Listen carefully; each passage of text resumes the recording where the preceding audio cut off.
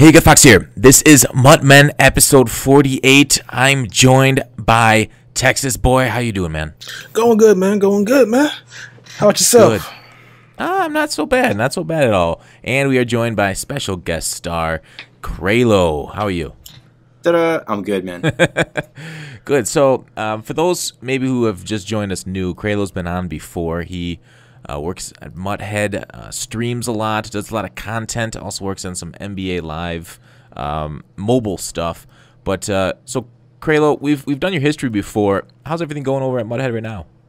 It's good, man. It's good. I think the last time we talked, I can't recall if we had been acquired by Twitch or not. But for those people that are new, Muthead was a part of Curse, and Curse Media Group was actually acquired by Twitch. So now I work for Twitch, but we're still kind of named Curse on some of our other sites and things like that. Yeah, it's crazy. Kraelo comes into streams. He's got, I've said this before, he's got so many pieces of flair. He could be working at that Office Space restaurant. What was that? Tchotchkes? Tchotchkes. There it is. He could be working at Tchotchkes. You got so much flair in Twitch now. But yeah, let me thank you both for subbing to my Twitch channel. I really appreciate it, guys. Yeah. Yeah. Anytime. You too, Texas. I saw that. It's technically free because Twitch Prime, but I mean, I'm glad you appreciate it. I really do. I mean, you could just give that to anybody, but I was the special one, so I really thank you both. Yeah. Congratulations on that as well, because you were going for that for a while, and they finally decided to reward your efforts. And congrats on getting partnered on Twitch. It's a hard thing to do. Appreciate it, Texas. Yeah, it's amazing what crying on the phone to people for a couple hours will do. That's a joke. Kraelo help. Yeah. All right, so there's we're going to talk a little bit about, Mut season here and the promos that have come out and are still to come, what we're excited for, what we're not so much excited for. But I just kind of want to say this right off the bat. Am I just getting jaded, or is this Mut season the most boring we've had in a few years?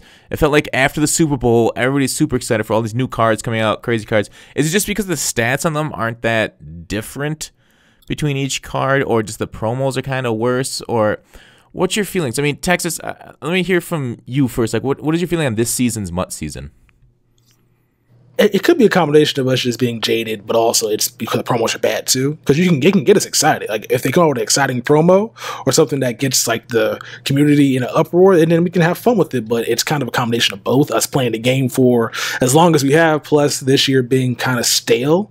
And with the Ultimate Legends coming out with basically the same cards being in packs with only +2 or -2 speed differences, and then you have the Season Stars where there's limited time in packs. It just has an extra Kim on it.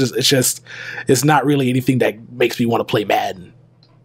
Yeah, I feel the exact same way. Kraelo, what are your thoughts?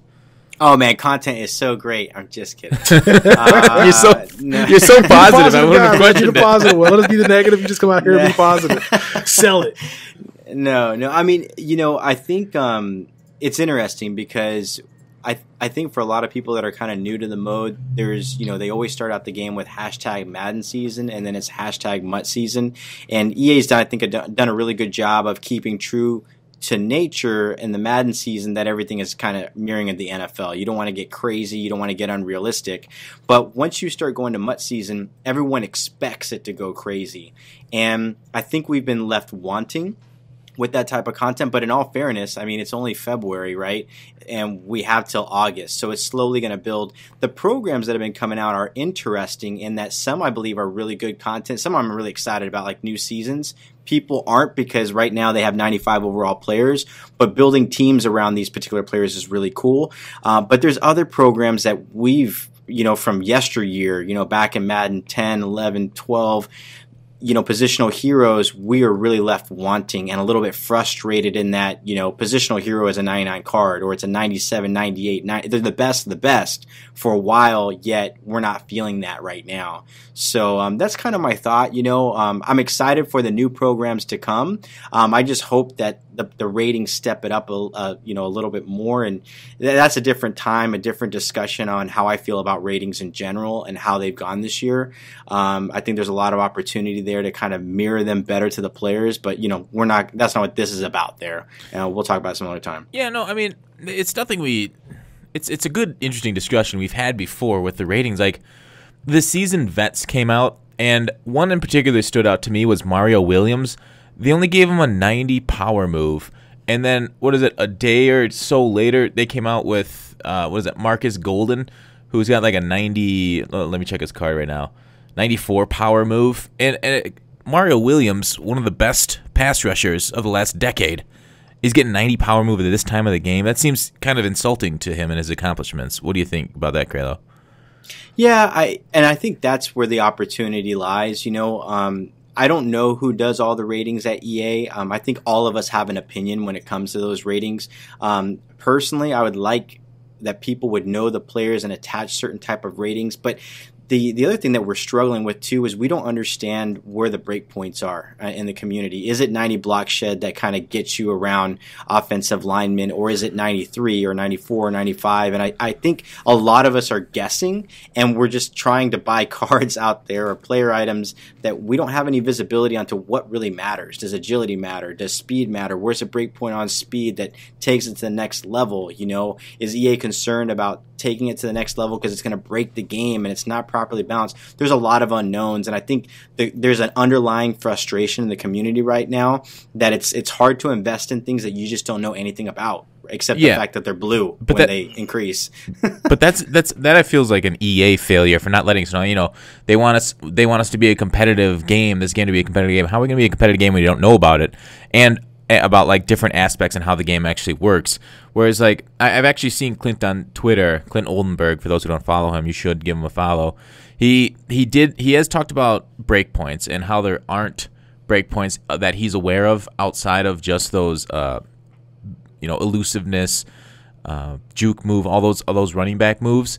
And then he said, because somebody asked about breakpoints like on pass blocking and whatnot, and he said there's none ... yet. So potentially in the future we'll get breakpoints, but again, I think that's EA's failing for not explaining a lot of these things to us as a community, not letting us know how these things work. What do you think, Texas? I think so as well, because if you want people to know more about these cards and not complain about them so much, you should let them know, because especially with the Mario Williams, like you said, 90 power move coming out now, there was cards that came out probably 3 months ago better than Mario Williams is now. Yeah, like he just came out. So yeah, forget Clowney's one of the examples. He's also probably going for much cheaper at the time, and it's a card you rather have because of all the chemistries he can give you. So I just feel like with the cards being released now, it's all about the timing. Obviously, if Williams came out when Clowney came out 4 months ago, it wouldn't be as a big deal as it is now. But dropping a 90 power move, 89 block shed card now is probably not the best strategy. But I mean, I understand why. It's in a veterans pack, which is supposed to have 1 or 2 or 3 terrible ones and 2 good ones. So I can forgive that, but it's still not a card that makes me want to go out and pick him up, even with him not having any of the breakpoints that some of the other cards have in this game. Yeah. It is amazing, and this is kind of discussion, like a larger subject that we can move on to with elite badges and everything they've done with elite badges lately. You know how hard they've hit this elite badge with the SIG series, seasoned veterans, and then the position heroes. We'll get to the position heroes in a little bit, but it seems to me like the elite badges didn't move a ton either. So as much as EA put into these updates, they're still hovering at like low 20s, which is just crazy to me. How many of them are out there that people must have just been saving in their binder? What do you think, Texas? Well, they're kind of easy to get though, because if you just pull pro packs in general, you can basically stack up a lot and get a bunch. So right now, in my binder, I have 140 gold badges and I have 30 elite badges.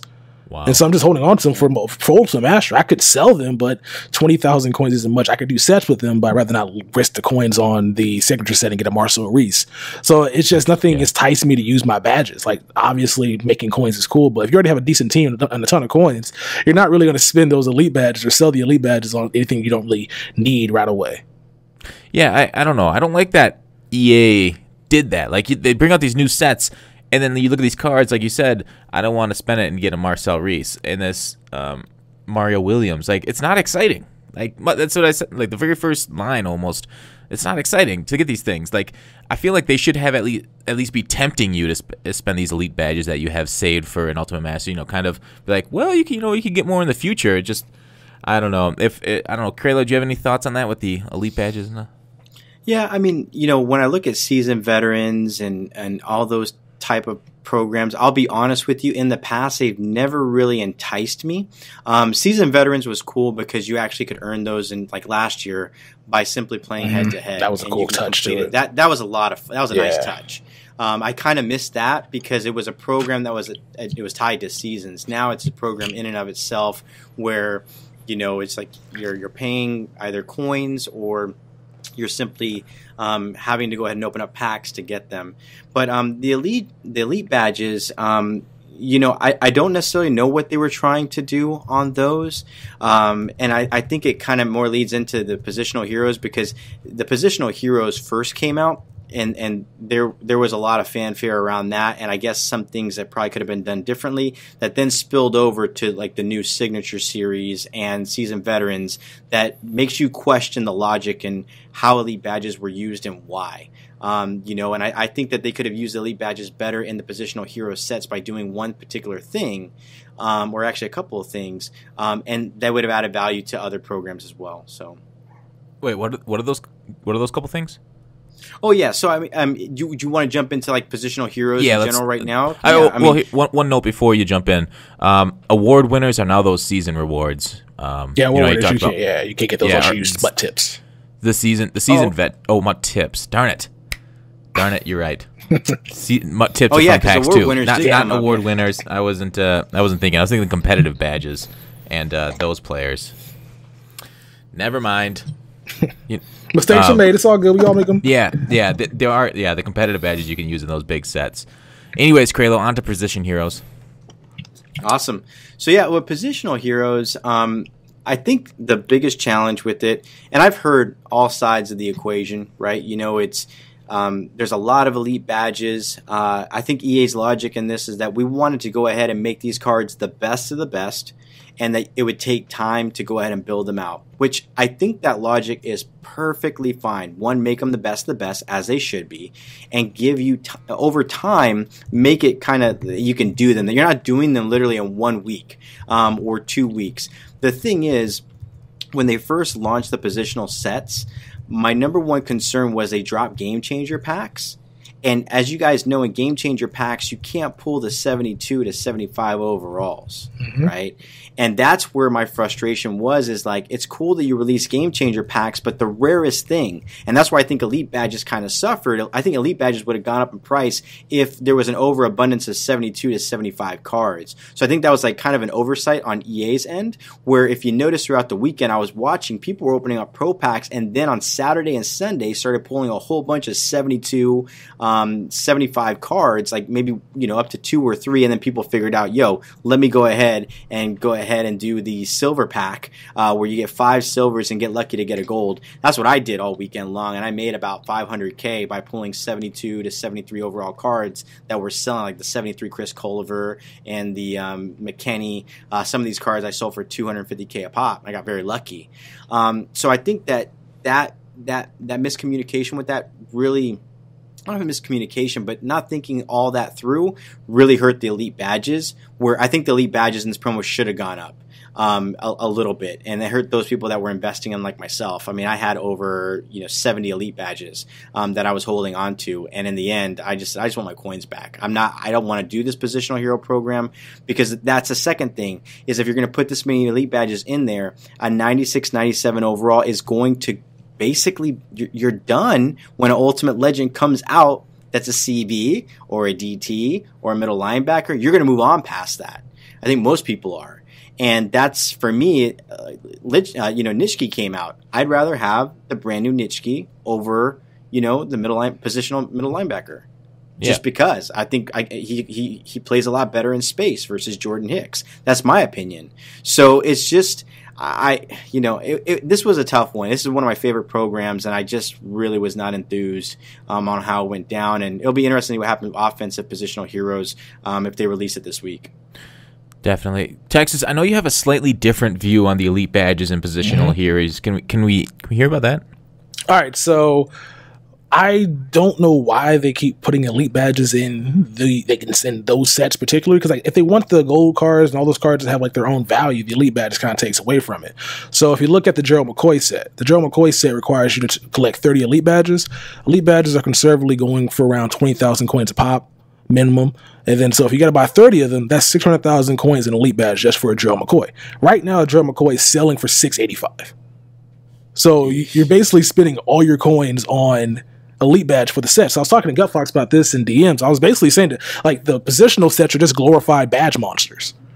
That's all they are. Like you're just basically having to collect a bunch of gold items as well as a bunch of elite badges. Now some of them aren't that bad. And some of them you can actually make some profit off of depending on how many elite badges there are in. But the ones that require 20, 17, 30, like those are the ones that are just like, why did they make that happen? So my theory was the reason why they did this was because a lot of these cards really aren't that outstanding. Like you look at the stats on them, they're cool, but they're not like much better than cards already over here in this game. Because generally when positionals drop, they're the best cards in the game for a while. 99 overall, go back to Madden 25, Madden 15, those cards are kind of the best. With these ones, they compare pretty well to cards already over here. And I think they put the elite badges in there to hold their price. Because I have no idea what would happen if you just had the gold cards in there without the elite badges. I don't think they'd be going for a million coins. They're probably going for more what their value is, which is around 300 to 500K. Mm-hmm. So the elite badge is kind of keeping the price up to where they want it to be instead of the market being saturated with them. And also, it kind of punishes guys for pulling pro packs at that point because there's not much value in pro packs anymore. There was when it set first drop, and then people start realizing, oh my God, there's the elite badges in these sets. They kind of a lot of those rare golds went down in price because they were selling for like 80K. I saw some cards sell for 90,000 coins to David Harthrone. Now he's like 20K. Like it's still good value, but he dropped so much because of the elite badges being in those sets. Yeah, so EA, I want to say this. So I went back and watched Mut Guru's stream as he announced all these position heroes. It was on his Mut Guru channel, and it was interesting the things he was saying about one, Twitch chat, and two, he said EA got feedback from a lot of people that certain people were asking for the certain cards in the set, the specific 72 to 74 overalls for the value, which is so weird to me because last year they came out with like one weekend of position heroes that had 72 to 74s in them, and then they immediately went back to wild cards for the rest of the year because of the negative feedback. So it's interesting. And then in the Twitch chat when we gave him negative feedback, he said he doesn't want to hear it.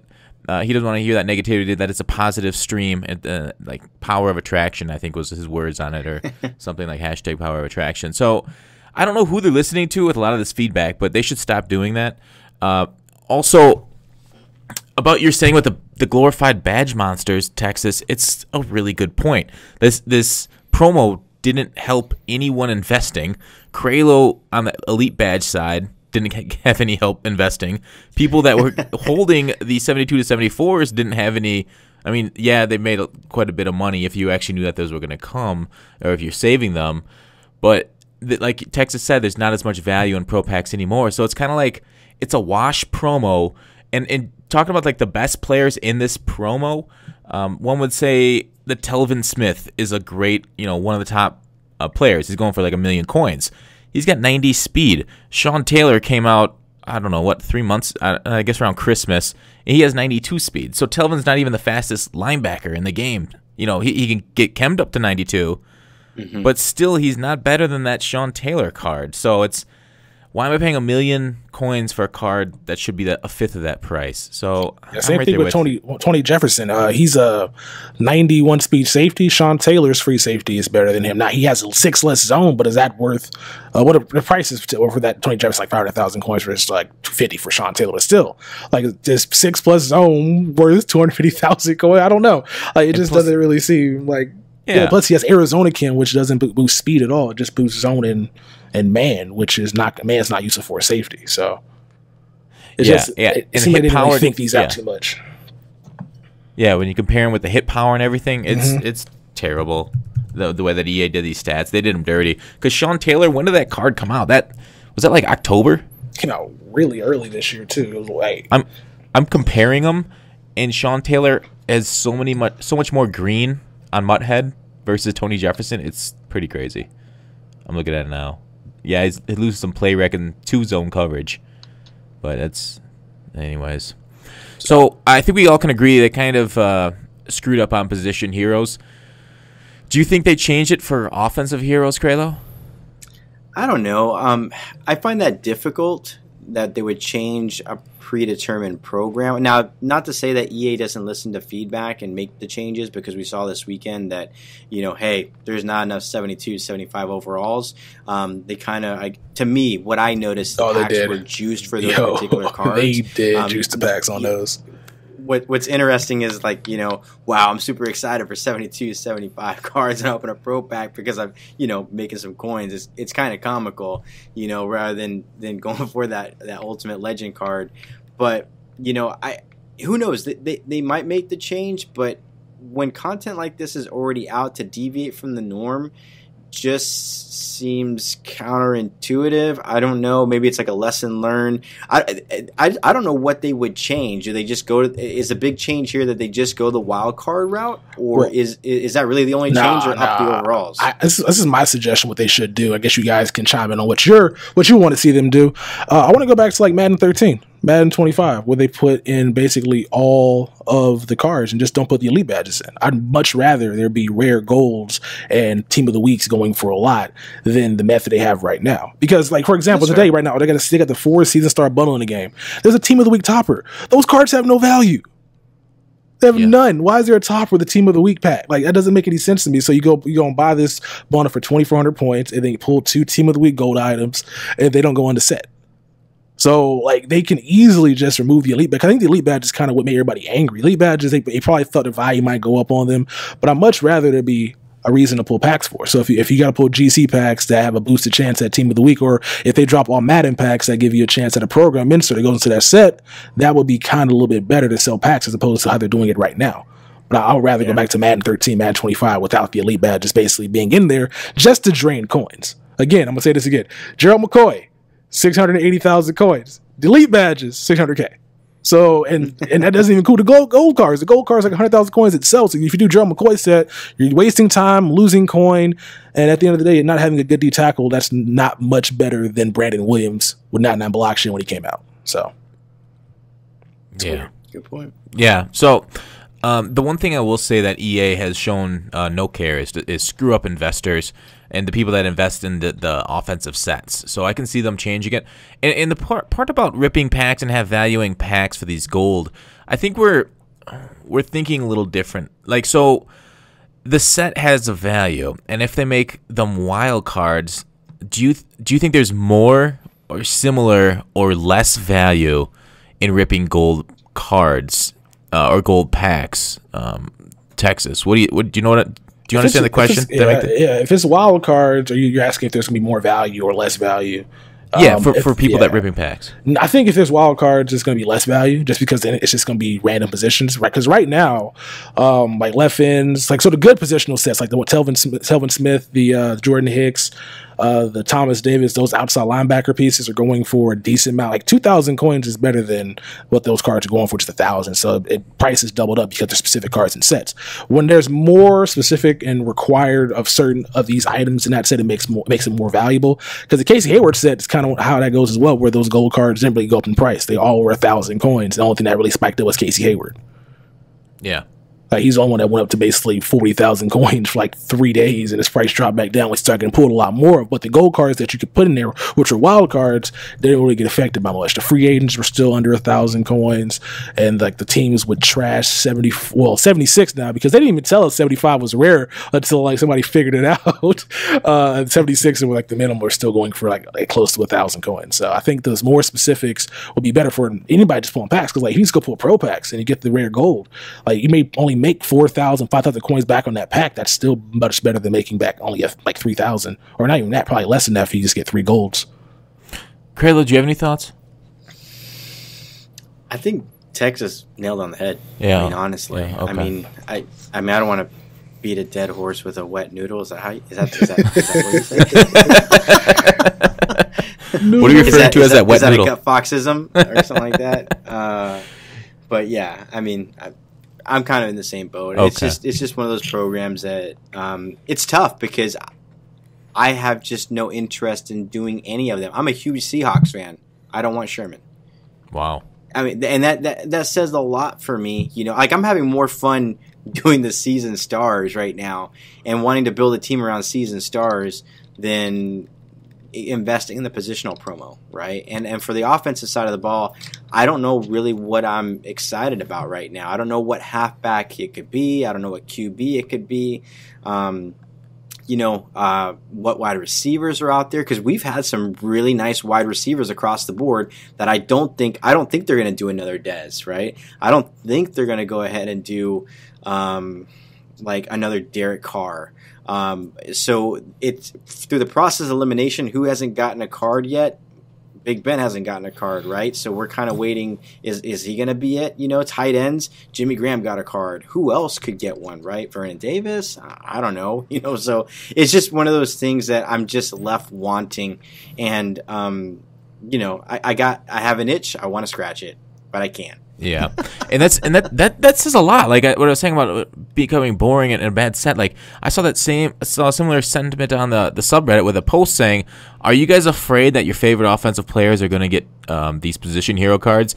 I mean, that's a terrible thing that people are actively wanting EA not to put their favorite players and to give them new cards. I think it says a lot about that. But I just want to go back to that gold set and the wild cards. Wait, 1 sec. Actually, go ahead. Sorry.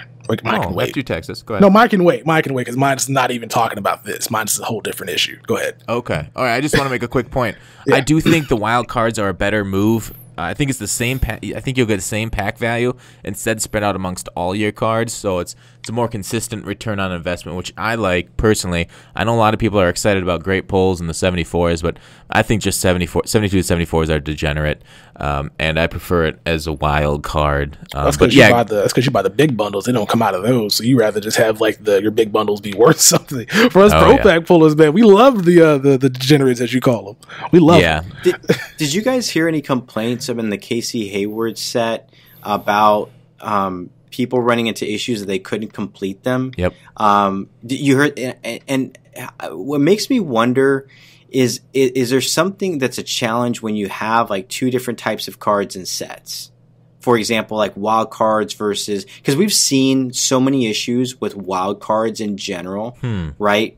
From doing other types of sets, like the 87 overall. Enter a wild card, you could put any card in there, right? And put in the elites. So 930. Could there have been exact 930? I mean, could there possibly be something of this nature that caused? Like, I did see some complaints in the forums where people were trying to complete the set and they couldn't complete it. Yep. And they were contacting EA. So when I saw that, I was like, could this be part of the reason why? Is a tech not there? Is there a glitch? I don't know. I really don't know. But it was something that I saw complaints about that, and it made me start wondering why the deviation of going to specifics when wild cards was such a hit last year. Right, so it's a really good point. Yeah, maybe they saw that they were having issues with wild cards. That's something I hadn't thought about. Good point, Mr. Kraelo. Texas. I just want to say one more thing. Sorry, before you get to you're good. You're good. In Mut 15, before we got those wild card badges and everything. These gold cards were going for like 500 coins and less. I remember like trying to decide, should I quick sell these gold cards because it's just not that much less value than just actually selling on the market and waiting an hour for them to sell. But like when they put in those badge set and the wild cards, when they each shot up over 1,000 coins each, which the badges this year and the quick sells don't have as much return on value. But that's why I prefer, because then every card has a minimum value rather than some sucking up all the value. But that's it. That's all I got to say about it. Texas, after you. Okay, so other thing with the positionals, with the rewards, I don't know why they're giving out 2-team hero badges. So it's like they watched your video saying that they ruined the MUT experience for others trying to get MUT match done. So now you can get 2-team hero badges doing this. Is that a fair amount for doing all this work? 2 elite team hero badges? I wouldn't think so. They said they have a new set coming though, don't they? Didn't they? They said hang on to them. No, that was for Patrick Peterson. That was like a while ago though.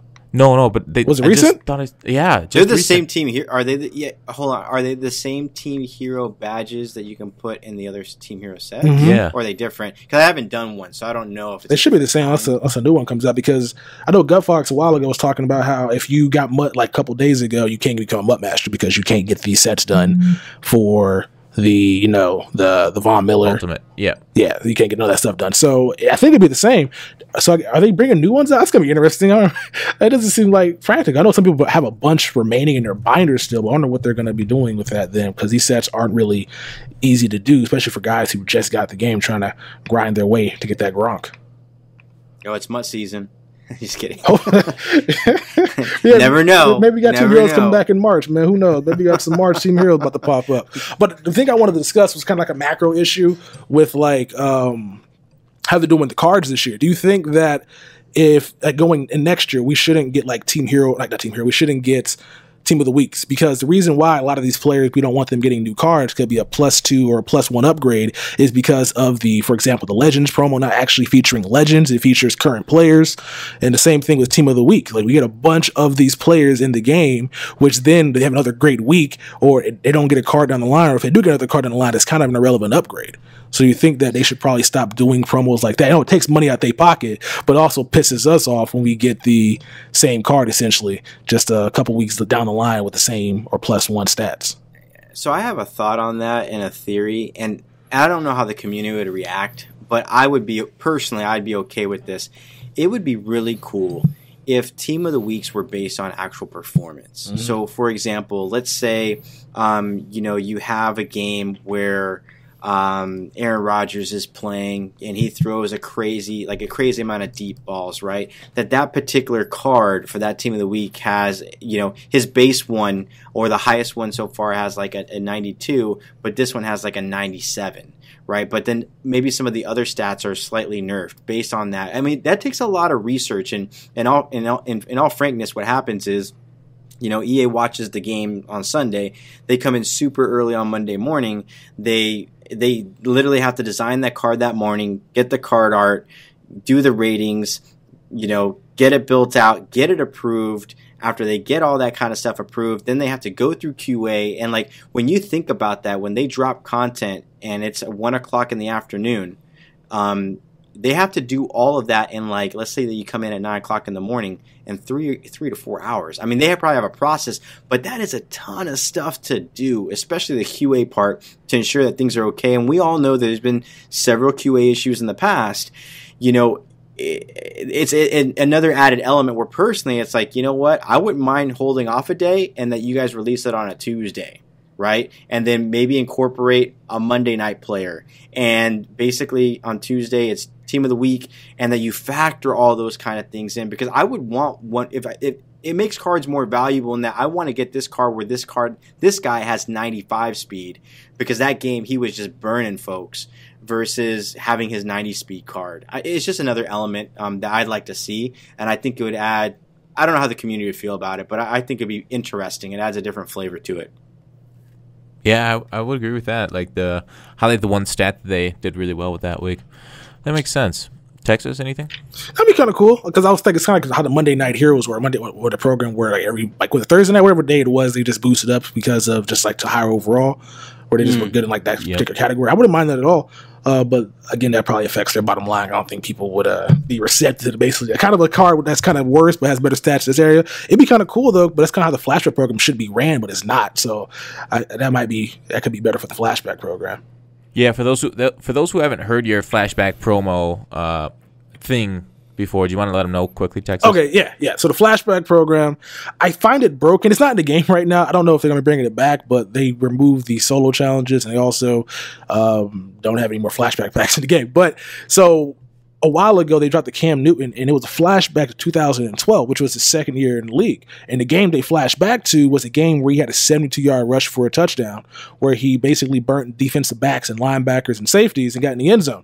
And his speed was only an 83, and he also had better throw accuracy, better awareness, and better stuff that didn't make any sense. If you're flashing back to an older card for a young player, it shouldn't have better throwing stats, just based off of him improving as a player. Now, if it's an older player and he had a flashback to his good year, that makes sense. But you're flashbacking to a guy who just won the MVP, and his MVP card is much worse than his card that was in 2012.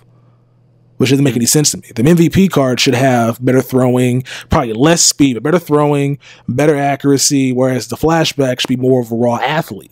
But the Flashback program this year was more so just an upgrade, as opposed to getting the historical. Word, it's on the tip of my tongue. is getting it right. I guess I'll just say it right there instead of getting the historical context. Yes, getting that right. Play, so yeah. I didn't appreciate how they done it this year because it's basically just an upgrade, which I didn't find, because some flashbacks can be downgrades in certain attributes and be upgrades in others, because that's kind of how those guys played that game. Yeah. So controller just dropped. Yeah, no, my phone just dropped. My phone. Oh no, that's even worse. I got it though. I got it. Well, yeah, I just didn't like that too much. So I made a video about then how they can improve it, because the way they did it this year was kind of annoying to me. Yeah, it makes complete sense. I think that's how they should do it in the future, and hopefully they listen to you, Texas. Hopefully your influencer status is shown again. Yeah, get me down there. I can change some heads, man. I just got to talk to some people, let them know what I'm serious about, and we can make this a great game again. Oh yeah, send some threatening letters.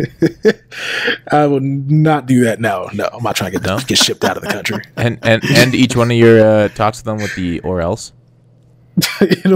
Cut the magazine pieces out and like paste it in a booklet, so they don't know it's my handwriting. You will do this. Yeah. All right. So to continue on with the negativity train and Mut specific stuff. Milestones that came out. Did we talk about those? We have not yet. No, we didn't. So, Ultimate Legends sets. Basically, they came out this last week. Ultimate Legends were the ones that were in the Milestone set, and they upgraded the non-limited time ones and they didn't give the limited time ones any upgrades. So now the non-limited time set Legends have better chemistries than the boss cards. Kraelo, what's your opinion on that? That was a tough one to swallow, because I think at the end of the day, I mean the beautiful thing about Ultimate Legends is that bosses are back, right? And they're going to be a little bit better than the average card. But the thing is, they have a specific chemistry on them. When you go ahead and, I mean, granted, if you're you're doing DD times 2, you're unlocking that, but it helps you get to that next level a lot easier that you probably couldn't get with the other card, and you give up a spot, and as a result you're having to invest. I just feel like you lost value on your limited cards, and I think that was the big concern from community members was, I just invested on this limited card, the set one just got a really nice upgrade, and maybe, I mean, especially when they get an additional chemistry, right? It's not just and I had to go back and double check, because again, Milestones, when I woke up, first thing that I heard was that they were the Ultimate Legends sets that got the boost. I didn't jump online. My immediate reaction was, I'll just go back to sleep and I'll wake up at 12 o'clock and just check out what's there, because I don't want to know which ones got that boost, because I have some limited cards and I'm afraid that I've lost value on those, and I want to go back and check and see how the market was, but it's tough. I mean, you want those to get upgrades, but I think there were other kind of programs that maybe could have gotten upgrades, like maybe Campus Heroes or Season Stars or things like that, to kind of keep that Mut season vibe, right there, and then leave, Ultimate Legend boost maybe until later on, like once they're all released, then come out with Milestones for all these Ultimate Legends, and then let the market kind of, pick up some pace where people are really vying and wanting to go after these cards. I just felt like it was too soon. It was too soon. Yeah. So I feel very similar to Texas. Any thoughts on that? I don't know why, because the Milestones were a cool concept, because you could turn an 86 overall into a 90. I don't really have a issue with these guys getting the sets, other than the fact that they're already juiced. They're already 97 overall. Like, why do we need these guys with extra and easier chems? Like, they took away a Milestone weekend from cards that could have possibly used it. Team of the Weeks, Football Outsiders, cards that were on the precipice of being great, just needed that one extra chem to make it better. I just don't get why they did it with these cards. And I do agree with your point saying it makes it easier and takes value from the Legends, because if you can use a guy that's slightly worse but has the 2 times chem, so you can get a guy better at a different spot in your defense, it helps you out a lot more there.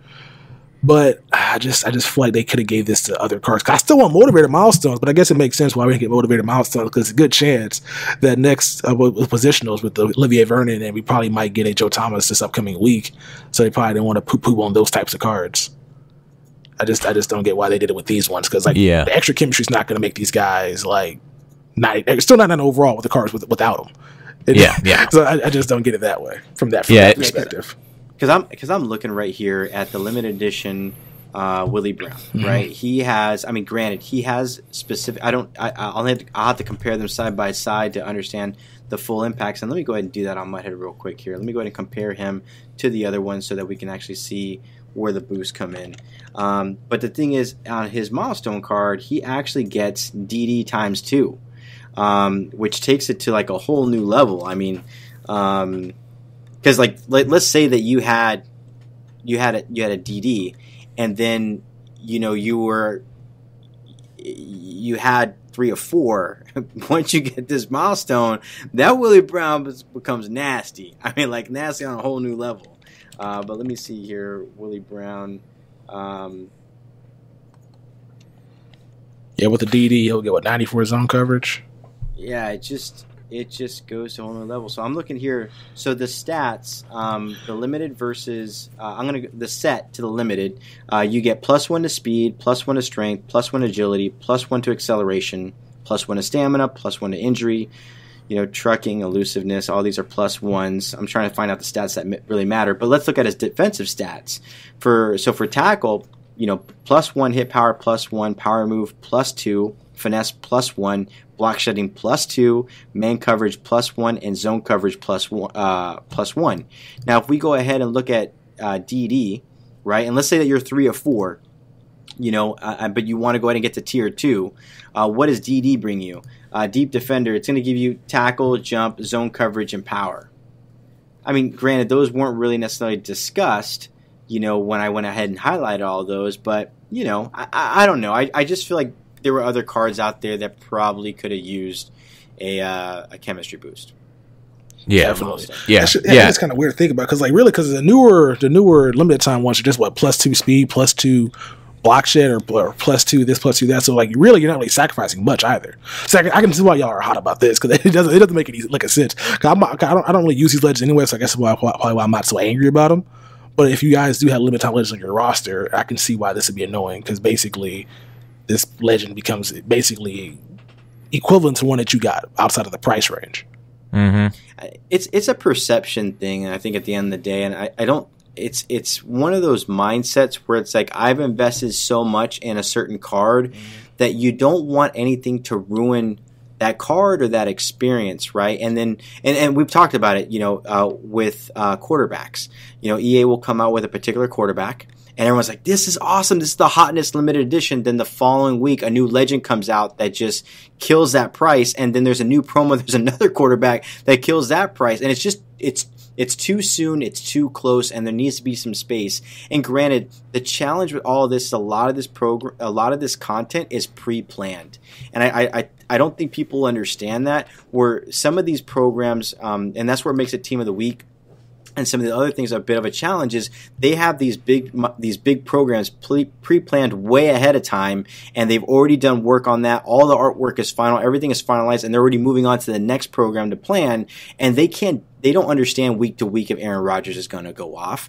They're not going to know if Des Bryant's going to go off that week, and that's what people need to understand with these particular cards. Football happens. Right? Deal with it. Move on. But that's why I think with Team of the Week cards, if you actually do ratings around their performance, you move a little bit away from some of that frustration around cards coming, right next to each other. Also with the legends as well, if they just stop giving, for example, Brandon Marshall a legend card or JJ Watt, nobody wants to know. Get those just regular cards. You don't need legend cards. They're not legends. You're still playing. What are we doing with those cards? I think they need to change those cards from being legends, and they should have a category called legendary performances, and that's it. Because I agree with you 100%. They're not legends. They just had a legendary performance, right? Yeah. Or I hear you, and it's a semantic thing at the end of the day. But I feel you. But it also kind of devalues the real legends that come out because I'm cool with a Vic getting a card because that card is just going to be greater a single year.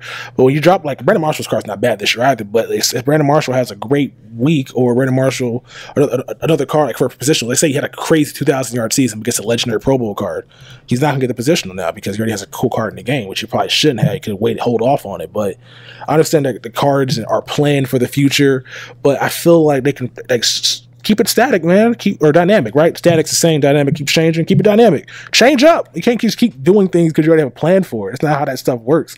If a president just kept following his game plan and didn't deviate from it because it was already set, we'd probably be having a nuclear holocaust right now. So I don't like that argument. Yeah, I mean, it's fair enough. Like, I don't really hate the more content. Like, if a new card comes out that's better than an old card, it happens. I don't have an issue with that. I just have an issue with it, like, you know, sometimes it feels like it's planned out far ahead, and sometimes it feels like they have no plan at all with a lot of these cards that come out. I know, you know, I don't know. I'm kind of wavering back and forth here. Toke talked about earlier this year with Campus Hero Todd Gurley coming out with his, what was it, the Energized at the time? Yeah, it was the and first then like one with the card. Couple days later, they came out with, was it the Shady? Yeah, that also had the Energized. So I don't hate the new content, but I can see what you're saying, guys. That sometimes it's annoying and tough to keep up with. And well, it's just the plus ones though. Like, it's just the plus ones, really. Like, it just gets me with that. Like, I'm cool with them dropping content. Like I was cool with Team Heroes because they're giving guys that were kind of unsung heroes items every single month that you wouldn't normally know about because they don't get cards because the team of the week performance, how they do their ratings. I was cool with that. Then they changed that up into the playoff, which is dope as well. But like the plus ones are just, I think it's what's infuriating everybody because the Thomas Davis right now. I don't know if you have the 92 Thomas Davis. The only huge upgrade between the 92 Thomas Davis, 97 Thomas Davis, the +4 speed and the +4 excel. It's the same. It's the same card. That's actually good though for Thomas Davis. That's huge. I'm cool. Yeah, it's a faster card, but he can go find a faster outside linebacker out there for a little cheaper. Like, I just don't get it. So it's just kind of the plus one. Like, do you have a +1 zone increase? Like, yo, you just give him a +1, give him a +4 to BCV. Like, why does that matter? What are we doing here? Oh yeah, it's huge, and like I really hope they redo their overall formula next year and somehow stop it. But it just feels like it's kind of moving. Redo it, but stop it. No, like stop with the +1s overall. I'm not talking well right now. I guess would be the correct phrase. I don't English well, so I don't know. It's kind of like you said, a dead horse. Let's talk about the patch because we talked about the +1s and how much it sucks, and EA's just not listening. They're not going to change for 17 at least. Man, I don't know what will it get for them to change this. Can I make a comment because we were talking about it's something I wanted to bring up earlier. I think that this year with competitive Madden being like the norm, I do feel and this is my own personal opinion. I have nothing to back this up. This is strictly my opinion. But I feel like with competitive Madden now becoming the norm, that as a result of competitive Madden, Mut has been hurting a little bit from the stat overall increases because I do believe that it's my own personal opinion that maybe some of these stats, taking them to the next level, could break the game. And you don't want to break the game at a competitive level because that will ruin the competitive scene. But I don't know if there's a way that you decouple these cards, right, from Mut and salary cap and other stuff, because I feel like that's a holding point. And again, this is strictly observation. Like, okay, we're only getting +1s here, we're only getting this and that here. Why? Could there be something holding it back? You know, and this is my own theory that maybe competitive Madden, to keep it there, maybe they will break the norm after the final tournament, right? And it's like, okay, we're done. Let's break the game. Go ham, and just go to town. So that's something I keep in mind. But right now, as a result of that, I made a theme team.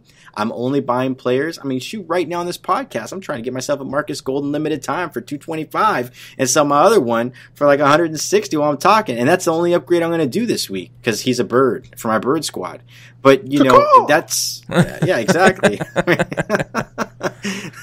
So, it's just one of those things that – yeah, it's just a thought. But I was going to say that earlier and I forgot. Yeah, well, the thing with as we saw with the cards that break the game, I mean – I hate that DC's in competitive mode 1, but for salary cap, just do what they did with Vic. If they got a card that's everybody's using, just increase the price to like 100 cap points, and its use is going to go down. So, that's actually I see what you're saying, Kraelo, with them and wanting to keep competitive Madden and those players using, very similar cards. I don't know. It makes the rest of the game kind of boring. No, I agree. I mean, that's the thing. It's like, could Mut mode be suffering because of the competitive scene? It's something that I've talked about with a lot of people, because if there is any truth to this, that you kind of need to hold out on the ratings to kind of balance out the competitive scene, because you can only do so much in gameplay and mechanics, then you're killing a money-making mode, right? And a lot of people that I've talked to have said, why am I going to play Mut next year? I'll probably play salary cap with a gold team. I have an idea, which I think would be great, is like, why not go ahead and create tournament modes like salary cap, but it's like a bronze cap, right? Bronze team mode, like FIFA does it. Bronze team mode, silver team mode, gold team mode. Like on Reddit, you guys are doing a gold tourney. That is a freaking blast, bro. Playing with these low these low gold cards, 84 up, chemming them out, and I mean, people are having a ton of fun in the forums because of that. I think it's a great opportunity for EA to implement that, and it brings some life into those cards and just the mode in general. So. Yeah. You said FIFA's got it. I was going to say Magic the Gathering's got it called Pauper mode also, but that's cool. Yeah, they just use commons. Anyways, let's talk about the patch here that came out, and I kind of want to go through a couple of my thoughts about what they completely, missed. Downfield blocking, terrible. I still see guys constantly not find blocks to find. It's a little bit better, but I still see it frequently. Guys are space heading out. What do you think, Texas? How have you noticed downfield blocking? Yeah, it's not good at all. Because before the patch, I noticed people still blocking, but you can't run those drags and run with your quarterback and get a block that way, or you throw a ball to your receiver and then the other guy's just right there walking down the field, not coming back to pick anybody up. So it's about the same. Sometimes they block the guy and sometimes they don't. I don't see anything that I didn't see before. Kraelo? My issue with downfield blocking is sometimes my players get stuck. And I mean, I haven't been too in tune with the downfield blocking thing. I just notice at times where I'm going, when my players are down there, they're just getting stuck. And it could have been because I had a bad controller. I bought a brand new controller for the office recently. So, it's not something that I've really paid much attention to, because I usually just wave it down. I don't run it back. Gotcha. I noticed rat catches are still being dropped. Have you guys noticed that? Not as much. I've been seeing drops. I don't know if it's rat catch. I've been seeing drops still. I don't know if it's just rat catch, but I've been seeing drops a lot. Yeah, same here. So you guys, okay, a little bit for you guys. I had a stream where it was bad. I was doing a tight end angle run, and I had Marvin Harrison coming on the drag. The first time he dropped it wide open. The second time it was the tip drill. Now they fixed that, oh, let me go ahead and tip it 20 yards up, so that everybody can catch it, but yourself. They did fix that. I could tell the difference because I'm running that play a little bit here and there, and it seems to be performing fine. But I have seen some drops where my guy's wide open in space. For example, Jimmy Graham last night dropping everything. I don't know if that card, pardon my French, is trash, and I'm a Seahawks fan, but dude, this card has one of the best stats in the game, drops everything. It's just driving me nuts. Yep. I just don't know if that's part of the game or what. I had similar issues with Graham dropping passes, so I've gone to a similar tall. I've gone to Martellus Bennett, who's almost as tall. He's 6'6" versus 6'7", but he's very thick, so I think he can take a hit a little bit better and hang onto the ball. But yeah, I had similar issues with Graham hanging on to high point passes. I saw Fox's video where he threw the ball to Bennett and it hit off his belly and got picked off. Yeah. That one wasn't fun. Yeah, that one. A little thick, the ball bounced off it. It went right back towards the defender. Raging a little bit towards that one. But that was a scramble out of the pocket with Vic. That was what it was. So edge heat still needs to be blocked. It doesn't get picked up. It's more inconsistent to pick it up. You can still check and release on guys. I think you still got to use that. But I used to be able to block a halfback and shift away from the blitz in order to pick up a lot of it. It doesn't seem to be working as consistently anymore. What have you guys found with edge heat work in Texas? So before, if a guy just sent edge heat, it came through untouched. But now, if they don't set it up properly, my guys block it. I haven't been playing Madden Ultimate Team. I've been playing a lot of DC. And so when dudes try to send overload blitzes, cornerback blitzes especially, if I have a halfback block, he finds the guy to block. So I haven't had any issues with getting just crazy pressure. But then again, these guys probably know how to set it up properly. They probably know what the play is and what play to call. but they probably don't know how to send it properly. And I have not really been getting pressured off the edge as much as I have been before the patch. But then again, I haven't really been playing online on like my Mutt squad. Okay. So Kraelo? Yo, I'm still in all rookie first stream, bro. I mean, like, I'm fighting for dear life. No, so the funny thing is, like, I'm your average sucky Madden player, you know, and I'm learning more and more about the game by playing the skills trainer, you know, and I go back to that a lot. It's like, okay, I need to learn better how to do a cover 2, cover 3, you know, and I'll go search on MaddenPros.com, self-promotion kind of thing, and just I'm still learning the game, so I don't think I've gotten to that level where people are sending that really crazy cheesy heat just yet, but I'm getting there. You know, in Draft Champions, my last game, this guy was sending heat. I couldn't block it. But again, I'm still learning those elements, and I think it's just a matter of time until I get to those higher levels to see, you know, if my halfbacks are protecting. But Trent Richardson, little plug here, campus hero, he's got some blocking stats, man. He's a little goat right there at 5'9" or 5'8" or something like that. Little tiny dude. Yeah. Okay, so you neither of you had experienced it too badly. That's interesting. You play more than we do, though. Like, you're always testing. You play a lot, bro. You're probably like, like, if you experience it, like, it's definitely something that we probably should be concerned with, because you play a lot more than we do. The blitz that they specifically called out, the Nickel Blitz 2, is just as wicked as before the patch. Okay. All right, so you know how to set it up? The Nickel Blitz 2, yeah, it's yeah. Just hit me up on Slack later. I'll just well, I can say it. It's pretty well out there. It's base align, press, pinch your line, crash them out, hover your left outside linebacker over the opposite side from the blitz, so like between the right guard and right tackle, and I think that's it. Yeah, you lost me at hover. Oh, okay. You know. I think that hover was the last step. The hover is that shit still works. Yeah, and then you can also spy your defensive tackle away from the blitz, and then like man up your defensive end or put him in a zone also. So it's a 3-man edge pressure that's very hard to block. Wow. So yeah, it's not too bad. It's like what, 5 steps? Yeah, I'm still having problems with DB. I'm still having problems with DB fire cross manning players. And again, I'm not the best Madden player out there. You know, I'm learning. Every year, it's learning something new, growing better with the controller. But you know, this edge heat. I mean, I'm just like, sometimes I'm like, I don't want to get to your level, bro. I don't even want to get to all Madden, you know, second string, because I'm sure that's just death by trial. Yeah, there can be some tough games, but I have faith in you, Kraelo. You'll be able to adjust, man. That's why you only play the blitz against me. You don't play a head-to-head. F that ELO rating. I'm people on news, man. I'm playing Draft Champions on all 5 of my accounts just so I feel like I'm winning every single day, and I'm still at all rookie second string because it just takes so long to play. I even started a PS4 account. Just maybe we should keep every time we get up high in the rankings, just start a new account. Yeah, smart. Maybe that's the move. All right, so they also said they increased the frequency of broken tackles that can trigger from hit sticks.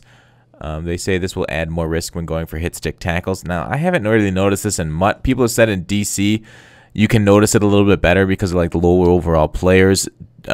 Texas, you said you're playing a lot of DC. Mm-hmm. Have you noticed more hit stick or broken tackles? No. As a matter of fact, I noticed a less amount. I use Marshawn Lynch, and dudes be just lighting that dude up. And that could be because of his weight, because he's like 215. Yeah. But like, I've not really been seeing broken tackles. I've been seeing more people breaking my strip bud. That's all I really go for. But like, I don't see like more broken tackles than hit sticks. So I'm not really versed on that. Kraelo? I played DC today, and granted, the guy had Marcus Allen, and he was just crazy. But you know, my defensive line just couldn't hold on at times, and he was just shedding tackles left and right. I whiffed a couple as well, trying to go in for the hit stick, and I just missed, and that's on me. But you know, I played a little bit of DC today, and I've seen some broken tackles, you know, by the running backs. I'm always kind of curious what are the traits involved there to make that happen.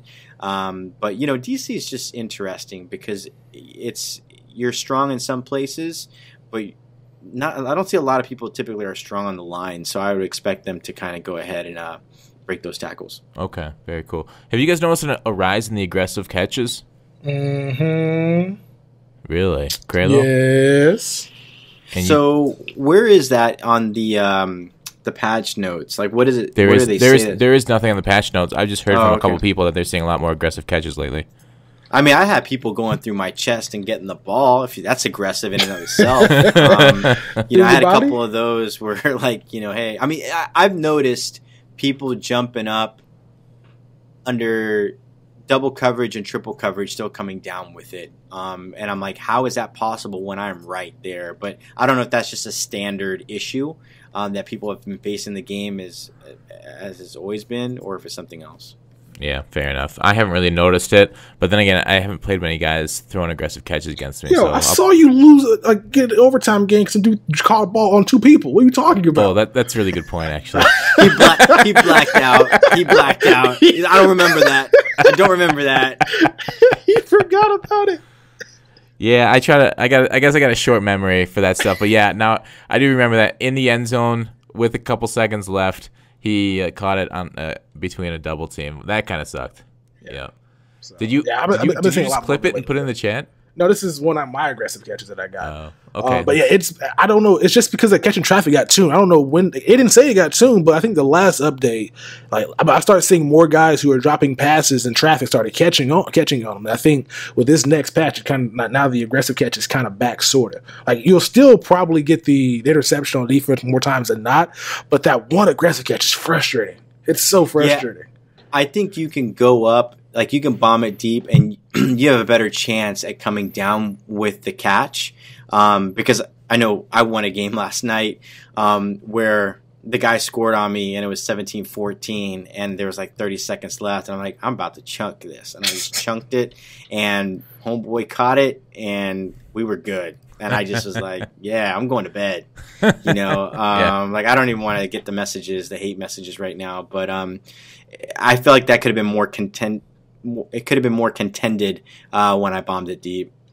Okay. All right. Yeah, so we'll see how it plays out. But that's kind of my reaction so far with their issue. Otherwise, the patch solved a lot of issues with the game. It's still a lot of major headaches. The swerve is still there. They couldn't address that this year. Hopefully next year they'll get rid of it. But we're in for a long summer if we keep playing Madden through it of swerving against top-end competitors. But it's going to be interesting with Frostbite coming down the pipe. So this is my theory. I feel like every time. So this has been my thought. It happened with Next Gen. So when Next Gen came out, it was kind of just when Xbox One came out, there were a lot of things that were kind of broken, and then we had Odell Beckham come into the game, aggressive catch. I think this is when they implemented a whole bunch of new features, and now this has been the year of refinement. I don't know, and I'm really curious to see if next year, I feel like if next year it would have stayed on the same platform, we would have gotten a lot more refinement. Now going to Frostbite, I don't know if we're going to have a whole bunch of introduction to new bugs or things like that. I don't know. And also with Scorpio, with the processing capability and all that kind of stuff on that particular platform. Maybe I'm talking out of my league here, but with the newer Xbox coming out and the ability to handle a lot more things from a GPU perspective, could we see some different kind of bugs? I don't know. It's just a thought. That's why I always temper my expectations when new games come out on a new engine or a new console. Yeah, I get what you're saying. I don't know if FIFA took a lot of, because the Frostbite, what I've heard from Scramble, it's not going to be that much different. There'll be some things they got to change, but I heard it's going to be very similar legacy problems. They're going to so they can copy and paste a lot of the programming and stuff. They don't have to redesign it from the ground up. Yeah, maybe they can improve it with a better engine, right? They can make those improvements. They've been wanting that they're limited on the current engine. That'd be awesome. I would totally invite that. And the thing is, when you say it's going to be a refinement year, I hope by refinement it's exciting refinement. Yeah, for sure. This year, I know their focus was on getting a lot of bugs fixed and making the game more tight for, I don't want to say just competitive Madden, but so I hope they put a new game mode or something and something exciting next year. Texas's dogs back to hating on us. Do it. But I hope that everybody's talking about team play. Hopefully we get that. Hopefully we get some other exciting new stuff. there wasn't anything new this year in Madden 17. Yeah, I think team play is tough. That's why, like, if you had a mode, like a different tournament mode, where, you know, you had bronze players, or it makes the game exciting and fun, with chemistries, but, it's not something new and revolutionary, kind of like team play. I didn't play team play, and from what I heard, there was a very small percentage of people that actually did. You know, when you only have like less than 5%, from what I heard, of people playing team play, it's hard to justify, you know, the resources and the dev costs to go ahead and invest so much into a mode. You know, but if the community asks for it and they're actively playing it and they can see a significant jump in the amount of people playing, then EA has a cause to go ahead and build that. And I think at the end of the day, if we want it back, it's not something us asking EA. We have to create a movement, kind of like hashtag Little Jimmy. I don't know where he went. I guess Little Timmy came back. But that being said, you know, what Toke did with Little Jimmy, the community has to do something of that nature for EA to hear about team play. If it's hashtag bring back team play, you know, make team play great again. I don't know, you know, but if the community gets around that and you can get enough activity on social, people will listen. I mean, EA does focus on social analytics and things like that. It's very important to them. So, you know, I don't know. I think at the end of the day, if the community rallies around this and someone can create a campaign around this and just get a ton of people around it, I think it can go places. Yeah, I'd agree. What do you think, Texas? Any mode you want in Madden 18? Team play would be kind of dope. But I'm not really. As long as it's improved Mut next year, that's all I really care about. As long as they get Mut done right, they can focus on other modes because Mut's their moneymaker, and I'd rather them not allocate resources towards something that because like right now they're kind of understaffed as it is. I know Mut's separate than from Madden, but being understaffed is not, and you're gonna allocate resources elsewhere is probably not a smart idea. That's a really fair point. So that's a good point. But yeah, get Madden right first. Yeah, they had to hire new people or something. All right. So I'm kind of out of it. I got one more question, a very quick one. What golden tickets would you make with that promo coming, Kraelo? Golden tickets. I should just pick a player that's already out there. I'm just kidding. I would probably make a Sean Taylor right outside linebacker golden ticket with like 95 speed or like 96 speed. I just like the different types of cards out of position. They're always just a lot of fun to play with, and just, you know, give them big hitter, strips the ball, clutch, you know, lay you out, you can't wake up, traits, things like that. So yeah. Yeah. All right, Texas. I was thinking about this. I would try to create just the cheesiest card possible because they're not going to give us 99 speed for a while. So, and I don't think we get another Vic in the game. So it would probably have to be like a running back or a halfback, and I'll try to get like mobile blocking as a chemistry. That'd be a good idea. And pick specialist or something like that. So I can just try to cheese because they would have. It might have to be an out of position player because like a Tavon Austin. Because I just want to see the speed really because like they're kind of like the fastest guy in this game is like Mike Wallace and Deion Sanders with 96 speed when they're kimmed out. Yeah, and Mike Vick. Then Mike. Well, I forgot he existed because I forgot about him completely. But yeah, those three are the fastest cards in the game. So I want to see is like more speed. So if I gotta use some chemistry to get these guys there, that's what I do. But me and Vic are saying because me and Vic are going to be pulling a lot of coins and go for golden tickets. And if we pull one, he's making a Josh Lambo and I'm making a Marquette King. Yeah, so that would be awesome, though, dude. That would actually be. I mean, it should be fun, right? And I think what would be cool if they do it where it's like, you know what, you can get the card for the next 48 hours. Their impacts for 48 hours.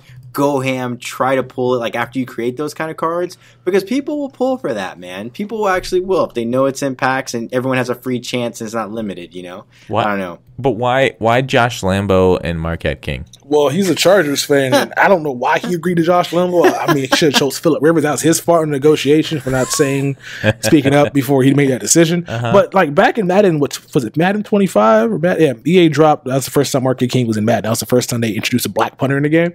Okay. And I was like, cool black punter. And I was looking at the card because that's when I was doing like player breakdowns. I'm like, this dude has like, 68 speed. And I started Googling, like, he ran a 4.4 or 4.5, like, combine. I'm like, dog, EA doesn't pay attention. Like, he just dropped the card. Didn't even give him the correct stats. And so I campaigned for him to get his speed. And it wasn't going to happen because I was tagging people, but they weren't listening. And then luckily, what's that dude's name? Andrew Hoffman. He finally got the word to somebody down at the office and said, yo, fix his speed. And so I had a soft spot for Marquette King. I got that dude's speed appropriate because they did not pay attention. So what's his speed now? Well, his speed in this year's Madden it's like 82, but back then like a 90 punter. You'll be doing that fake just sprinting with 80, just sprinting and just like at least 80 across the board. Throw power, throw short. I mean, you'll be nailing that all day long, man. Jeez. Also, I speaking of punters, see people using Doug Baldwin. I see people using that card a lot. I don't know why. I hate it, bro. I hate it, but I'm seeing it a lot right now. He doesn't fumble, and he throws the ball pretty decently. But so speaking of punters, though, how come the punter for the positional is not an overall and he has 94 kick power? Absolutely terrible. Yeah. Overalls is just like, it don't matter, but that's just kind of just spit in our face, right? Mm-hmm. All right, sorry. Hey, so Texas, I'm looking at the golden ticket form from last year. Mm-hmm. It doesn't look like there is a choice for any kickers or punters on here. Oh, damn. You're gonna have to choose. So if I can't make a kicker or a punter, Jared McKinnon, then I'll go J Mac. Oh, why? J Mick. He's my favorite player, Madden, last year, and they nerfed him this year because of. It's kind of funny because they nerfed him completely this year because of the amount of people were using him last year. Yeah, and my buddy Nate Askew too. He's not in this year's game. How about Dree Archer? What about him? He's he's a bronze card, so I'm not too sure what you can do to make that guy better. Like I think the max speed is like +4, +5 from a bronze card. Oh, I mean they have to make it a 99 overall, so he'll get more points than any other card, right? But we already know that they don't really give us true ratings, so he will be like one of those false 99 overalls where he has the rating, but the stats don't reflect, like the Marcus Allen. But he's 56 overall with a 93 speed. That'd be great. I still have him on PS4, I got mine too. Man. It's like they rewarded the guys who played the game early. Is it insane that a 56 overall is still one of the faster halfbacks? I mean, it makes sense because he is actually that fast. Because like I'm cool with like if they want to give it kind of sucks that they can't get the coding properly or coding done correctly. That way, like speed's not the overriding factor in this game. Because the reason why they had to nerf it so bad is because last year people were running up the middle of the field last year and he didn't fumble the ball. So if they can get the coding properly where carry actually doesn't matter, or carry actually does matter, and then you get punished for using guys that are smaller than others and they don't break all the tackles in the world, then it wouldn't be that big of a deal. Yeah, that's a good point. It's like two conflicting things here going on with Dree Archer. One, he's properly rated for his speed and his overall still, which is kind of cool. But it just goes to show how slowly the overalls are up near high 90s, and the speed is still stuck in the low to mid 90s. So it's two conflicting things kind of meeting, and Dree Archer's right there in the middle, still at 93, still 91 acceleration. What's his acceleration again? Sorry, 91. Yeah, man. If I made a golden ticket and I did a halfback, I would make sure that he had 99 acceleration and at least 92 speed or 93 speed with battle ready. So that when he hits that gap, hits that top speed, bam! I'm hitting the button, and we're off to the races. I would focus on acceleration. I would just have him get to top speed as fast as possible. Give him a good stiff arm. Yeah, I see what you're saying. Yeah, give him a good stiff arm too, so you can just keep mashing that A button, bro. Yeah. So that's it, dude. Oh, what's up? Who would you make? Who would I make? I'd make a big user linebacker, maybe like a Clowney. Somebody that's fast, tall. I don't know. If I could move position, like if Too Tall could come out as like an outside linebacker, I would want him. But I don't think I'd want him as a left end. But I mean, obviously, Barr is always a good choice. Peppers is never fast enough. So I think that the choice would have to be a fast linebacker that's tall. I really like user golden tickets. It's not bad. Peppers would be kind of ideal, 6'7", if you give him good speed. Yeah, the thing is, I don't think his speed will be increased that much with the golden ticket. Similar to Antonio Gates last year, where somebody made him, and we're like, oh. Just wait till we get the UL Peppers. So let's wait till that happens. That's gonna come probably. Yeah, but they're still gonna. They don't do Ultimate Legends right. Like they should increase the speed to back into his prime. But he's just gonna have a couple +1s from his old cards, so he's still gonna be slow. Yeah, you're right. Is there like a certain UL card that you guys are excited to come out? Like I have like a list of like 3 Ultimate Legends I can't wait till they come out. Let's hear them. Okay, so Amon Green, you guys know. I mean, you know me, Guff. I'm still using Amon Green. I don't know what it is about that card. The card doesn't have any traits, but he's still a boss on the field. He just breaks tackles, keeps trucking. Just a great card. Doesn't fumble, or rarely fumbles for me in my formation. The other one is LaDainian Tomlinson. I know I'm probably saying that wrong, but LT. Jets version. That's gonna be fun. Yeah, that would be awesome. I'm excited for that. And then, of course, Dion. If they come out with a Dion Ultimate Legend. I mean, they didn't come out with a previous Legend. They came out with a promo card, but I would like to see a Dion kind of come out from that perspective. Yeah. I think it would be a tough choice for, and not just like Ultimate Legend, but Golden Tickets, and I think more about it, but I guess my Ultimate Legend since Mel Blount is a Super Bowl player, maybe him. Can I get him? As an Ultimate Legend, but I don't know. Ozzie Newsome, I think, is going to be ridiculous. That card,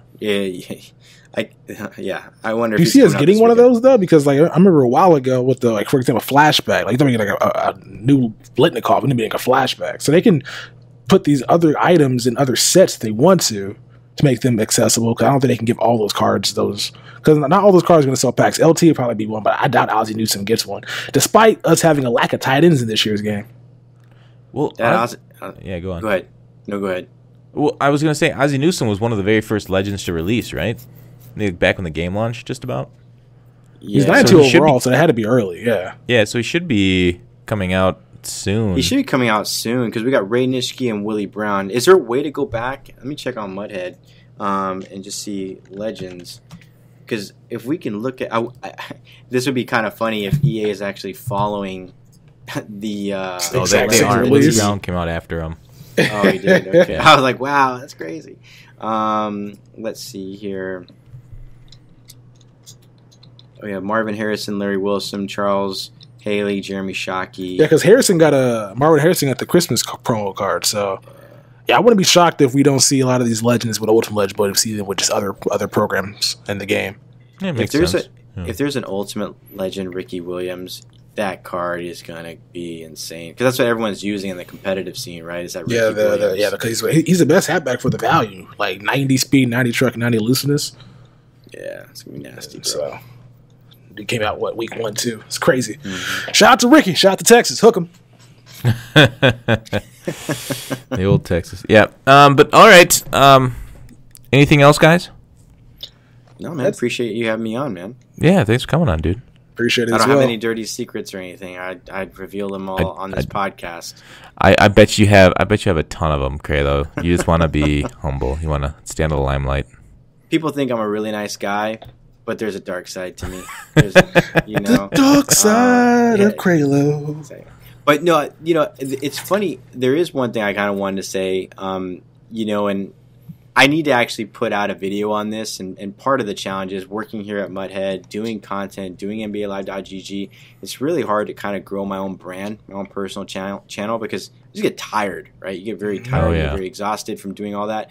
But one of the things that I want to be a little more forward about is a lot of people have this perspective about game changers, that they get all these kind of things, that they, have all this crazy ton of access. And there are elements to that, but people think that because you have that, you can't really be vocal about your concerns in the game. And you know me very well, Gut Fox. We're in a Reddit Slack. I'm very honest about how I feel about the game as a consumer. And a lot of times I feel like because I'm so positive on the internet about things, complaining and whining and griping doesn't do anybody any good, in my opinion. Just positivity is my thing. I do think that there's a place for me, even as this person that has this quote unquote game changer tag, to really just talk with people about, hey, a lot of people are complaining about this. Let's talk about that.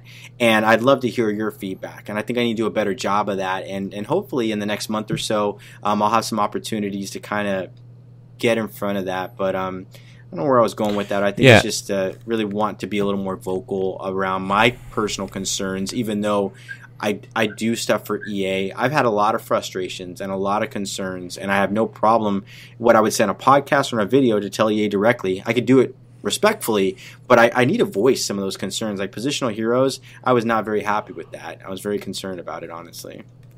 Yeah, no, Kraelo, I think I've seen it, and you've given a lot of great feedback to EA, and that they've taken action on too. It's amazing seeing it even in action, I guess. So I don't think you're kind of being hard on yourself when you say you need to be better at it, because you're pretty damn good as it is. Thanks, boss. I just need some validation today. Thanks, man. Yeah. So, oh, by the way, yeah. Just, hey, right now, tell your Twitter, Twitch, YouTube. Yeah. So my Twitter is www.twitter.com/Kraelo. It's Kraelo. I don't know why I said it like that. I think I was like, hold on. I was like, I typically go, yep. You can follow me on www.twitch.tv/Kraelo, and then I'm like, I'm coming out with Twitter. This is like at Kraelo, Kraelo. Kraelo, the same thing for Twitch. And then for YouTube, it's actually Kraelo's Crew, Kraelos Crew, Krew. I have 5 people in my crew. So it's all good. It's still a crew. It's my crew. But yeah, that's pretty much it, man. Well, that's very cool. And then, yeah, so are you going to be going down to EA here in the spring and summer and checking out the game? I don't really know. I haven't been. There's been trips. I haven't been invited down to them, but I don't think I would have been able to go anyways. But one of the things I told Rockets was we need, as Muthead, we need to make more of an active effort to we're a business. We're going to show up at the door, at these Madden Bowl events and things like that, hand out swag, meet the community. We need to do a better job of that. So hopefully, the next couple of tournaments, we're going to fly ourselves down there because it's free to the public, right? We're going to go to those events, and if there's game tests and stuff like that, we have connections at EA. We could reach out to them and go ahead and say, hey, we want to go ahead and come in the studio, test the game. They allow us to do that as part of our relationship with them. So, we'll take a more active effort, knock down the door. Yo, we're here. Open up. I'm just kidding. We won't do that. But, you get my point. Yeah, show up with a boombox at the window at night. Yeah, just hold up let me in. Exactly. Hey, yeah, no, but I do think that is something. I know that the community has given a lot of hard times to game changers, and a lot of it's undeserved because I don't think EA, how do I want to say, exploits or uses their game changers to the fullest extent. Like, there's been so many mistakes and problems with the community, and feedback and issues that it feels like, I don't know. Do you think EA could take more advantage of you guys? I think they could rely on us a little bit more. I mean, at the end of the day, the way I see a game changer is you're a brand ambassador for a particular game. And in order to, any kind of brand ambassador, you need to give them the tools, you need to give them the resources. It's a two-way street though, right? At the end of the day, game changers can't be people that are there for a free game or a free trip or a free experience, and that's it. And they only talk about it there. And I'm talking out of a place of, I'm not saying that's what goes on, but I am talking out of a place that, if you're beholden to a program, you need to put the time, you need to put the effort, you need to put your ear to the streets, because you do have that access to EA, and you need to be able to provide constructive criticism. At the end of the day, I see a lot of people that say, well, this really sucks. Oh, that's fine, but how would you fix it?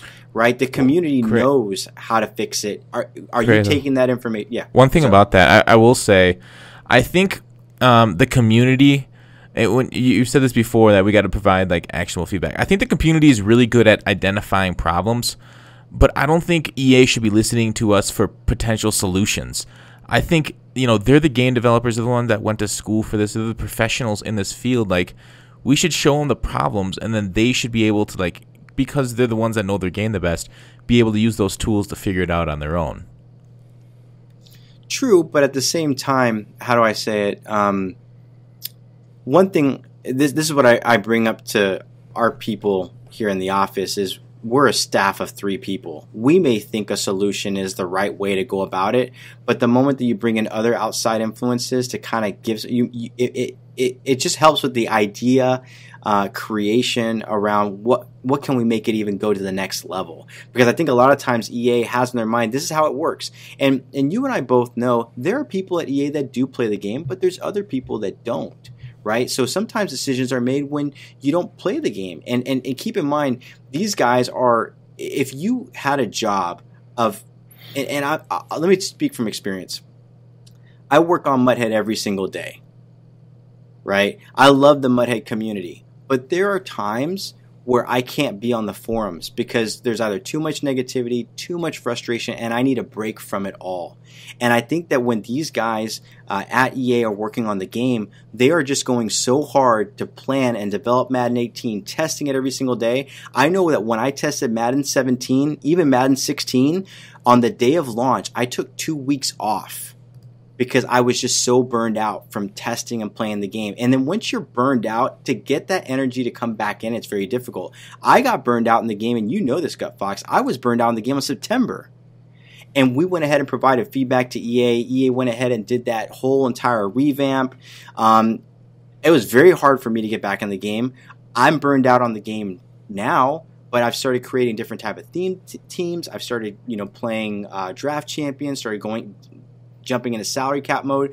I'm playing Battlefield. A lot. You know this, and it's like there's that potential for burnout. And I think a lot of the folks at EA right now, believe it or not, although they're doing Madden 17 content and they're working hard on it, they're also planning Madden 18. So to divide your attention between both of those, sometimes they just need to hear that feedback. But I hear you. I hear you loud and clear. I just have a different perspective on it, being on this side of the fence and seeing the amount that you deal with on a day in, day out basis. You just get tired of the mode. You get tired of the game. You want to move on. It's hard to kind of see past certain things. I got you. Texas, any thoughts on Game Changer or anything? I think that you brought up a good point earlier. They're not really using them properly because they could use them in the same vein how Guru's trying to build his brand as well with the streams and all that. Give them access to cards, let them and maybe gauge community interest in certain items. So like for example, like if the new position sets are coming out, maybe hint at, hey yo, if position sets come out, how would you guys want to see them? I agree. Like and just see what the community says and see like, and if everybody says elite badges, and don't put elite badges in the sets. Like I just try to figure out exactly like what we want to see, and to use like a Toke or use or a J or whoever else is still GC. I'm not too sure what GCs are. But it can definitely do stuff like that. But I think a lot of GCs are kind of doing their own thing right now, and I think part of it too is you don't hear a lot of GCs using the name anymore because they've kind of been burned, right? They're kind of seeing like EA suck ups, and they'll say whatever EA says so they can get their free game. And I believe it or not, I think the challenge for them hasn't been that. It's just the fact that they don't have maybe the resources behind them at times to go ahead and fight that good fight, because it is a fight with community members, right? They don't have the tools, they don't have the resources, and they just, when you don't have that time and time again, you kind of get tired and you decide, I'm not going to provide feedback. And as a game changer, I think what I've realized this year, sometimes like someone on Twitter hit me up, said, hey, I put some feedback in the Game Changer forum about the positional heroes, bat signals there, check it out. And I didn't respond because I wanted to give it the weekend and I wanted to get everybody's feedback before I made a rash judgment on that. And what I saw was EA changed. Like EA was seeing the feedback. There was a developer and this person talking back and forth. They changed the odds in the 72 to 75s. I wanted to see where else they were going to go with this before I even made an opinion or escalated an issue. And I think that sometimes we're very quick to point out a fault rather than seeing how things develop and see how we can influence those kind of things. But it's an interesting business, man, no doubt. But at the end of the day, if we want to be heard, I think we need to work as a community to create campaigns around particular things and bring social awareness around issues. Toke did it. I know Texas, you do it as well. We as a community need to do a way better job of that because EA listens to that. They actually have physical metrics where it's like a barometer of like, oh, negativity. They're complaining about this. Maybe we should do something. I know for a fact they listen to that and they have metrics around that. So the louder we are as a community in a positive way and a creative way to kind of deliver the things that we want, the better. I have my way. It's not very creative. I put together PowerPoint presentations that look all pretty and I send it to people and saying, here's the good and bad and ugly of every promo, right? This was good. this was like not so good and what you could have improved on, and this is ugly. Like you really need to fix this, and it really ruined the program. And we did that for Ultimate Freeze with the help of the folks on Muthead and Reddit. I enjoy doing that because that's my skill set of providing that level of feedback. But it's weird because I'm not a YouTuber. Right? I'm not a huge guy out there. If I put this in a video and I had a lot of subs, I think people would probably listen. But I'm sending a PowerPoint to developers. I know they're listening. But if I'm able to go ahead and mobilize a campaign around that and help people and give you guys the tools to say, yo, this is what you need to focus on, I think as a community we can push things forward. But that's my little soapbox thing. Yeah, no, it's great, Kraelo. Great to hear. Texas, any thoughts? No, I agree with him completely. If you can get a mob together, but a mob that's not like angry, because angry mobs are kind of the worst, but because they usually just they try to outrage the next person, which I'm not a big fan of. But like a mob that's trying to do something resourceful, like I'm all here for that. Nice. Yeah, me too. Yeah, and if you ever need any mob members, let me know, Kraelo. YouTube Texas. I'm always willing to get a pitchfork. I can see. I can hear the theme song. Let the bodies hit the floor. I mean, that'll be Gutbox playing in stream. Wonderful. All right, Kraelo, thanks for stopping by, my man. Yeah, anytime, guys. Thanks for having me on. I appreciate Texas Boy, and glad to finally talk to you in person. Love your content, Gut Fox. Yeah, love your follow content you on Twitter right your now. Muthead reviews, man. Yeah, what's your Twitter again? www.twitter.com/Kraelo. By the way, I mean I'm pretty proud of it. I actually got some artwork finally done, so I'm taking the next level to looking good on social. So we have the Seahawks colors, the caricature face. And Gut Fox, thanks again on the behalf of Muthead. I know you've been doing a ton of Muthead reviews. Just a little plug there. I know we talked about it earlier. Yeah. If you guys do reviews, on players and things like that, Muthead has a very cool feature right now. It's called Muthead Reviews. For every player, you'll see a review section right there. You can click on there and you can submit a player review. Our recommendation at the end of the day, keep it short and simple, 3 to 5 minutes, highlight, look at the card, make sure your voice and your music isn't too overpowering, have some gameplay footage in there, give us your honest opinion review. I think it helps the community. I was actually watching a lot of stuff Gut Fox was doing before we started putting them on there. So you simply upload your videos to Twitch, submit the link, we review it, and then we approve it if it meets the criteria and it's good quality content. It's just a great opportunity to elevate the community and let people know that there's great people out there that know the game, that love playing the game, and kind of give you a flavor on a particular card. Yeah, for sure. Yeah, so everybody check that out. And Kraelo stuff, Texas Boy stuff. I'll link their stuff in the description. And I guess I'll talk to you later, guys. Sounds great.